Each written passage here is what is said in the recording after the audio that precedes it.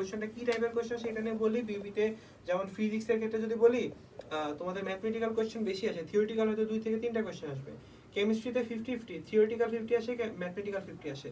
হ্যাঁ, এইভাবে করে তোমাদের কোশ্চেন রেশিওগুলো কিন্তু ভাগ হয়ে যাবে এবং এগুলো তোমাদের যে ডিপার্টমেন্টাল টিচারগুলো আছে তারা আরো ভালো করে ডিসকাস করবে তোমাদের সাথে ইন ক্লাস।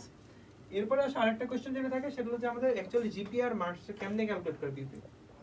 আচ্ছা, আমাদের ব্যাচে অর্থাৎ 2023-24 সেশনে যেটা হয়েছিল তখন ছিল শুধুমাত্র জিপিআর বেসিসে মার্ক ক্যালকুলেশন হয়েছিল। আর লাস্ট ইয়ার যেটা আমরা এখন ধরে রাখবো, লাস্ট ইয়ার অর্থাৎ গত বছর যে সার্কুলারে পরীক্ষা হয়েছে তখন হয়েছিল কি তোমাদের যখন অ্যাপ্লাই করবে তোমরা তখন তোমাদেরকে জিপিএ 9.5 লাগছে। দ্যাট মিনস এসএসসি এইচএসসি দুইটা মিলায় তোমরা যদি 9.5 থাকে তোমরা অ্যাপ্লাই করতে পারবে ইউপিতে। এরপরে ভর্তি পরীক্ষা দেওয়ার পরে তোমরা যেই খাতাটা সাবমিট করতেছো এরপর তোমাদের যখন রেজাল্ট প্রসেস হইতেছে তখন তোমাদের মার্কিং সিস্টেমটা হলো মার্কসের বেসিসে। কিভাবে?